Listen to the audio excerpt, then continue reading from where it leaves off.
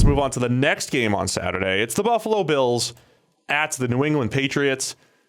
Can you believe it? The AFC East is on the line this late in the season for the Patriots and the Bills. The Bills continue to find ways to win. 17-10 victory last week against the Pittsburgh Steelers. They gave the Patriots all they could handle back in week 4, 13-10. New England escaped Buffalo with the win. We talk every week about Buffalo's fundamentally sound defense, inconsistent quarterback play, who's also capable of moving the chains with his legs and has been fantastic throwing at the intermediate level. What are you expecting in this matchup here? I really like this as a matchup. I think this is kind of fascinating. And the line seems crazy to me. And yet, if anything, all the data we have backs it up, right? What's the line? The line is 6.5. Yeah. I mean, I get it to an extent, right? It's the Patriots and blah, blah, blah. But we have seen, A, the Bills play them close already. B, the Bills are still winning. They're proving that they're not, a flash in the pan, that this was a legit team. C, the Patriots in particular, like that offense has never struggled more than it's struggling at the moment. Yeah, and they're struggling against good defense. They're struggling against not so good defenses in recent weeks. They've struggled against the Bills since McDermott got there. Even in Brady's MVP season in 2017, that was McDermott's first year, he did a pretty nice job. They did a nice job against the Patriots. Last year, the Bills did a nice job against the Patriots. And earlier this year was Brady's worst graded game of the season at Buffalo. So there's a history there. And I think what the data is saying essentially is we have zero confidence in Josh Allen against a Bill Belichick coach defense. Against New England's D, yeah. Winning. So I think the data is probably pitching for a game similar to the first one in terms of low scoring affair that the Patriots essentially, we have more confidence in them winning. But the Bills play those types of games pretty much every week now anyway. Right. I think this is a game where the Bills have a very real chance of winning this because of all the things we just talked about. Like New England's defense is legit, but so is Buffalo's. We've seen them play Baltimore, for example, tougher than pretty much anybody.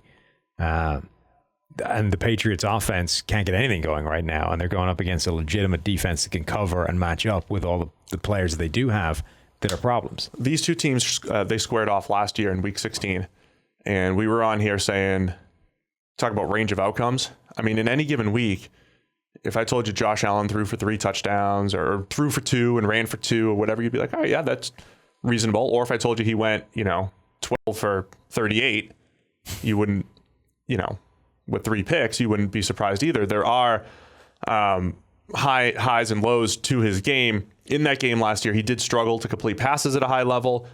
Against New England in week 4, it was one of the worst halves of football, I think, that any quarterback's played all year, as far as missed throws and just straight up turnover-worthy throws.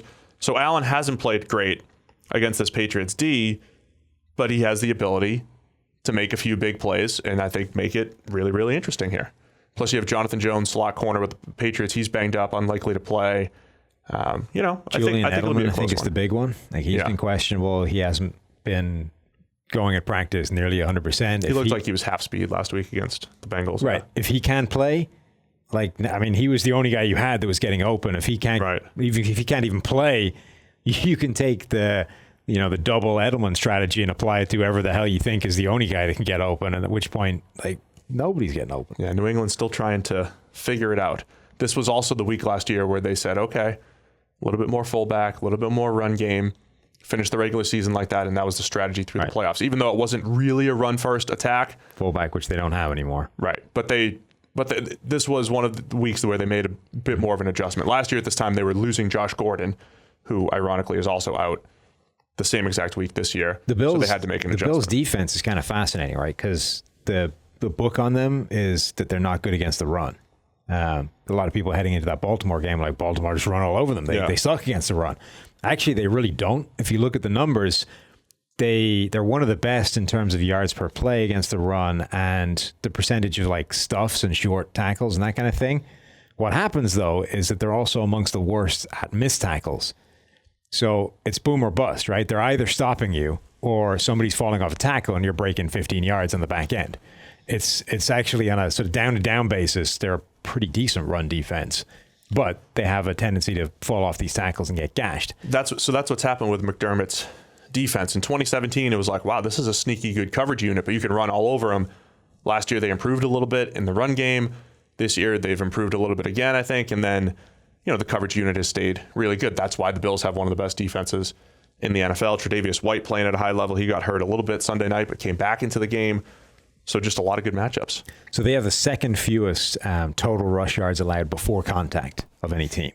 But they have one of the highest yards after contact figures because they miss a whole bunch of tackles. Yeah, they missed 16 last week. So you have to wonder, if you're New England, is this a game with the tackling issues where you can actually get the short passing game going again or get the run game going again? It would take Sony Michel forcing some missed tackles. Rex Burkhead. They did run the ball pretty well against the Bengals last week. But that's what's interesting, right? Because you might think that, okay, let's go back to this run-heavy game plan. This is the way to win. But fundamentally, like, the Bills are pretty well equipped to stop that. It's just it relies on them missing tackles in order for that to have success, essentially, which is not the safest bet, or not the safest thing in the world to bet on. We've been saying New England has had opportunities to get their pass game going in recent weeks, haven't done it. Doesn't look like the week to do it. A lot of New England beat writers showing Brady like shaking out his arm and stuff like that after throws. He's been on and off the injury report with an elbow injury. It did look like, he missed a lot of throws that he doesn't normally miss against the Bengals. So there's just a lot at play here. The old man. I'm still taking New England here. You think Buffalo pulls the upset? I do. Did I say that in my picks? I did. I did. That's what you thought at least 2 days ago. Yeah, I still think it. So there we go. You want to get rid of me and get back to more great PFF YouTube content? All you have to do is push that button right there and subscribe. Thanks for watching.